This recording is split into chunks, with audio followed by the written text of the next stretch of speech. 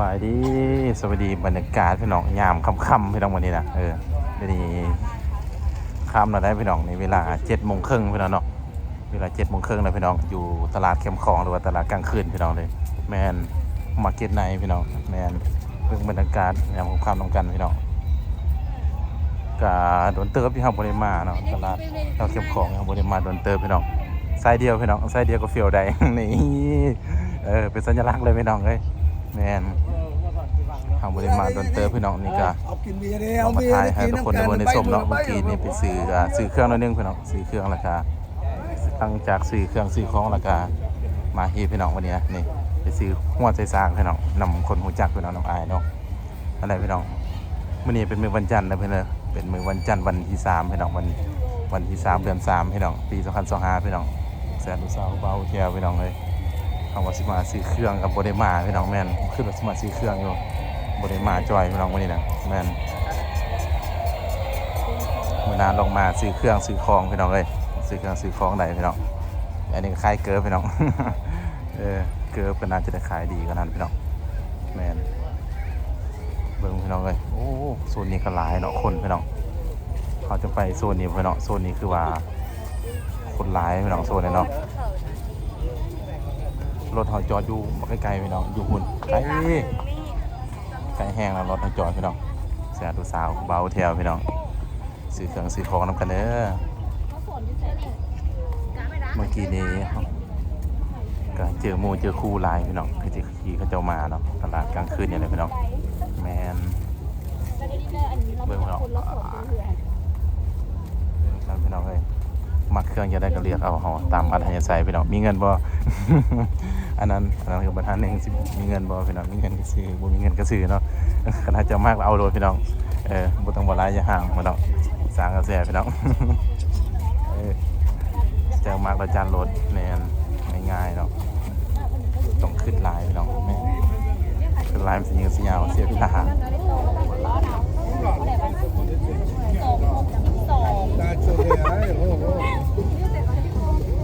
ส่วนนี้อยู่ลาวอาการหอนลายไปเลยอาการนี่หอนแท้หอนว่าหอนแท้ๆนี่พี่น้องจีจังสิพี่น้องย่างไว้กันเนาะส่วนลายเนาะคันได้ยินเสียงเพลงต้องย่างไว้พี่น้องอย่าติดลิขสิทธิ์พี่น้องติดลิขสิทธิ์นี่โดดหน้าโดดหลังเนาะแม่นเฮาสิซื้อเสื้อจากพื้นพี่น้องเฮาซื้อให้นึงเนาะเฮาบ่อยากซื้ออีกเนาะแม่นซื้อหลายพื้นแล้วพี่น้องส่งเสื้อก็ซื้อหลายพี่น้องส่วนนี้นะซื้อเสื้อสิพาเนาะมาเลาะแต่เทื่อตอนนี้ซื้อพี่น้องผู้ซื้อก็บ่ได้เนาะแม่น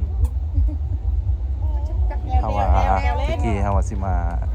ซื้อโมงบ่ได้ซื้อพี่น้องเฮามาเบิ่งกวดเช็คมื้อเราคือบ่คักบ่แน่บ่ได้พี่น้องเฮาบ่เอาพี่น้องเนาะแม่นเครื่องนี้สามารถเลือกได้พี่น้องมักจะได้ก็เลือกเอาพี่น้องเพราะมันแบบ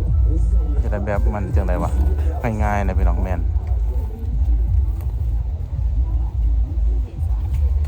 นี่เข้ามาโซนกลางพี่น้องนี่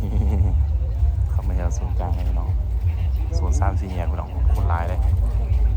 เสื้อสาวก็เบาแถวพี่น้องส่วนหลายมันจะเป็นวัยรุ่นกับต่างชาติพี่น้องผู้เขาบ่ค่อยมีปานใดหรอกส่วนหลายก็เป็นวัยรุ่นพี่น้องส่วนหลายวัยรุ่นกับต่างชาตินี่หลายพี่น้องเลยแม่นบ่ย่างเบิ่งบรรยากาศกันพี่น้องเลยย่างพี่น้องย่างหาได้ก็ได้เนาะ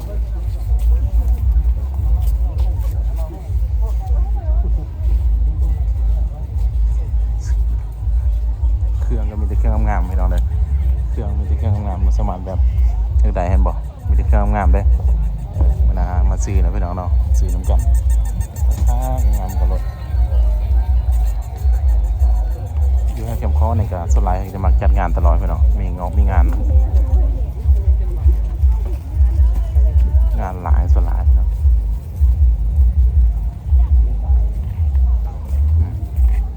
วันนี้เป็นมื้อวันจันทร์เลยคนก็น่าจะบ่หลายปานใดพี่น้องส่วนหลายมันเป็นมือพักมือพรครับพี่น้องคนหลายเด้อส่วนหลายเป็นมือวันศุกร์เสาร์อาทิตย์พี่น้อง3 มื้อนี้คนหลายอยู่ตลาดกลางคืนคนหลายพี่น้องเด้อศุกร์เสาร์อาทิตย์พี่น้องมารถพี่น้องเสื้อเฮาโลดเนาะอยู่ฝั่งลาวน่ะเสื้อเฮาโลดเนาะ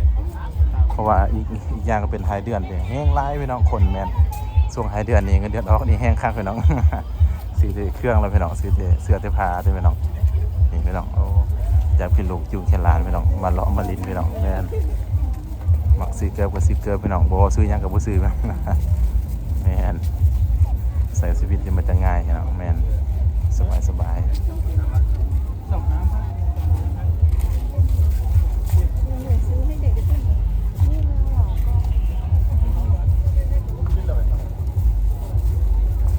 ง่ายๆพี่น้องตัวนี้ก็ออกมาแล้วพี่น้องออกมาจากอยู่โซนนั้นได้พี่น้องนี่อันนี้ก็เป็นโซนกลางพี่น้องเด้อถ่ายไลฟ์บ่ได้พี่น้องมันมีโฆษณาอยู่เพิ่งพี่น้องแม่นมันมีโฆษณาเนาะนี่ก็เป็นโซนกลางพี่น้องนี่เห็นบ่คนกับส่วนร้ายกับส่วนกลางนี่ก็ลุล่างข้างเทกันเข้ามานี่พี่น้องส่วนร้ายเนาะคนจะเขามาที่พุ่นพี่น้องแบบลิ้นย่างไปยังมาเนาะสบายแม่นเขาจะย่างเข้าไปด้านนั้นพี่น้องพุ่นคนก็ร้ายแฮงพี่น้องนี่ก็คือการพี่น้องนี่ก็เป็นจุดหนึ่งพี่น้องที่ว่าคนหลายเนาะตัวนี้ตัวหลายกับเขามานี้พี่น้องด้านนี้หลายเนาะตรงมานี้เนาะเขาย่างจนสุดทุนเลยพี่น้องเพราะว่ามื้อนี้เฮาบ่ได้ถ่ายพี่น้องเฮามาแต่ย่างแต่บัดกลับเนาะบัดกลับลูกเดียวพี่น้องแม่นตอนมาเฮาบ่ได้ถ่ายย่างแต่บัดกลับง่ายๆพี่น้องแม่นมีสู่มีแฟนก็เอาสู่แฟนมานำพี่น้องแต่เฮาเด้พี่น้องสายเดียวเนาะสายเดียวตลอดสนองแม่นตัวเดินสายเดียวสำใดพี่น้องจังสีมีน้องข้าเจ้าเนาะซื้อเสื้อซื้อผ้าเลยพี่น้องส่วนนี้อากาศยังร้อนๆหลายเนาะอากาศนี่ป้าเจ้าพี่น้องแม่นส่วนนี้มันน่าจะแบบต้นเดือนเดือน3นี่นะมันจะร้อนๆเลยพี่น้อง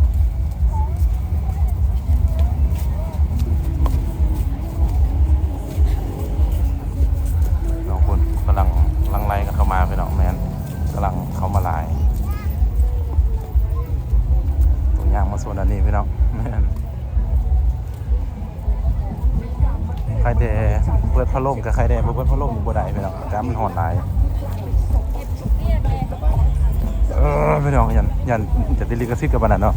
ส่วนหลายย่างผ่านหาเนี่ยมันต้องแบบยันติดลิขสิทธิ์เพลงเนาะเพลงตัวนี้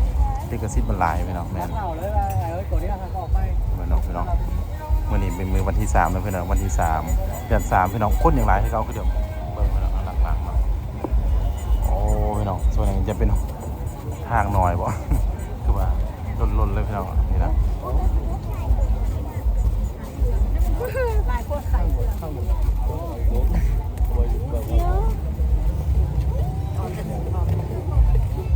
นี่ก็คนก็ยักษ์สิหลายพี่น้องเด้อเพราะว่าหลายรีพี่น้องคนนะแม่น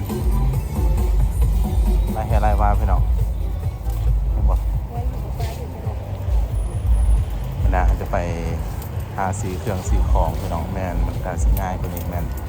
เพราะมันรอนี่การมันฮอนไลน์พี่น้องแม่นขนาดต้นเดือนพี่น้องคันเมื่อเดือนนี้แห้งสิแบบสิจังได๋วะแห้งสินักกว่านี้พี่น้องอาการเนาะการฮอนไลน์พี่น้องอยู่ฝั่งลาวของเฮาเองนะนี่พี่น้องบ่เอามานำต่างประเทศพี่น้องจุดสุดพี่น้องยางจุดสุดไปเลยเนาะเฮานะนี่พี่น้องเฮาต้องมาย่างนี่เฮาต้องย่างไว้หน่อยนึงพี่น้องเฮาย่างเนาะย่างสาคือเพิ่นย่างเนาะบ่ได้มันร้อนพี่น้องอยู่แล้วอาการเริ่มร้อนหลายแล้วพี่น้องเด้อรักษาสุขภาพไปซอยกันเนาะแม่นบ่คันเฮามาน้ำมูน้ำคู่นี่เฮาน่าจะยอกผู้แทนผู้สาวพี่น้องแต่นี่ยอกบ่ได้พี่น้องมันสิเกมเนาะแม่นยอกโลเลบ่ได้พี่น้องแม่นเลยพี่น้องคือว่าบางคนนี่ต่างประเทศบางคนบ่อยากเข้ากล่องนะพี่น้องแม่นส่วนหลายเนาะคันเฮาพายนี่คันเฮาพายแบบทั่วไปนี่มันก็เป็นเรื่องธรรมดาคันเฮาพายแบบเจาะจงเอาแต่หน้านี่บ่ได้เด้อเนาะเด้อ FC ฝั่งไทยฝั่งลาวก็แล้วแต่พี่น้องต่างประเทศแล้วแต่พี่น้องคันสิพายต่างประเทศตัวไหนพายเจาะจงบ่ได้พี่น้องต้องย่างคันพาดนี่พายได้พี่น้องแม่นเพราะว่ามันมีลิขสิทธิ์เพลงหลายอย่างพี่น้องแม่นน้องเบิ่งพี่น้องของแฮมอมรีพี่น้องอ๋อยังงามเหมือนเดิมพี่น้องบอกยังงามเหมือนเดิมคือเก่าคือเดิมพี่น้องโอ้นั่งอยู่พี่น้องสงสัยเลาะเมื่อยหลายพี่น้องแมนอะไรพี่น้องคลิปอันสมาพาควรพี่น้องเด้อฝากแชร์ฝากติดตามเลยนะจะพาคลิปใหม่ๆพี่น้องแม่นบอกพี่น้องพูดยามค่ำๆคืนๆพี่น้องเริ่มเพิ่นระเบิดเป็นทางการแล้วใส่เป็นทางการแล้วพี่น้องนั่นแหละไปก่อนเด้อพี่น้องบ๊ายบายไปก่อน